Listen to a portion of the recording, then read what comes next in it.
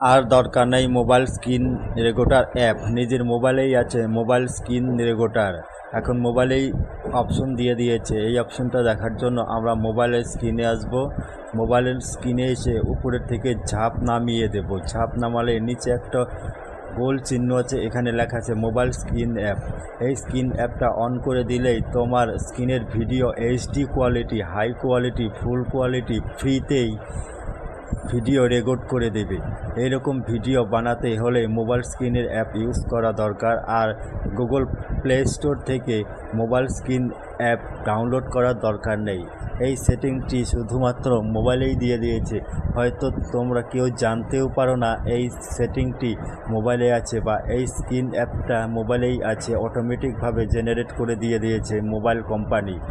তাই আর দেরি না করে নিজের মোবাইল চেক করো তাড়াতাড়ি, সেটিংসে গিয়ে দেখো এইরকম তোমার মোবাইল স্ক্রিন রেকর্ডার অপশনটি আছে কি না। যদি থাকে তাহলে তোমার এইচডি কোয়ালিটি 4K ভিডিও সম্পূর্ণই ফ্রিতেই রেকর্ড করতে পারবে।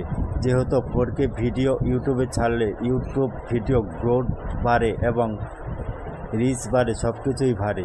যদি ভিডিওটা একটু ভালো লাগে বা হেল্পফুল মনে হয় তাহলে অবশ্যই লাইক, কমেন্ট, শেয়ার করবেন এবং বেল আইকনটা বাজিয়ে দেবেন। নতুন নতুন ভিডিও পেতে অবশ্যই সাবস্ক্রাইব করো।